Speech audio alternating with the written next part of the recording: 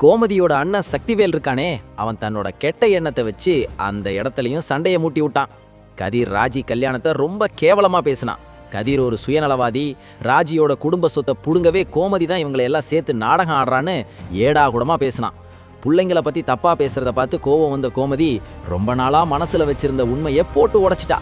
கதிருக்கும் ராஜிக்கும் நான் தான் கல்யாணம் பண்ணி வச்சேன்னு ஊருக்கே உண்மை தெரிஞ்ச மாதிரி சொல்லிட்டா. அங்க இருந்தவங்க எல்லாம் ஆடி போயிட்டாங்க. குறிப்பா நேர்மையா நடக்கிறதா நினைச்சிட்டு இருக்க பாண்டியனுக்கு இது செம ஷாக்கா இருந்துச்சு.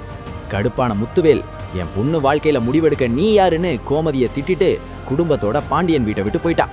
இந்த விஷயத்தால கோமதிக்கும் பாண்டியனுக்கும் இடையில இருந்த கல்யாண பந்தத்துல பெரிய விரிசல் விழுந்துருச்சு.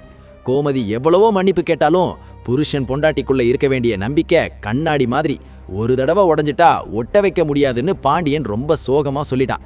இந்த ரகசியம் வெளியானதுக்கு அப்புறம் பாண்டியன் குடும்பம் ஒன்னா இருக்குமா இல்ல சிதறி போகுமான்னு வர்ற வாரங்கள்ல தெரிஞ்சிரும்.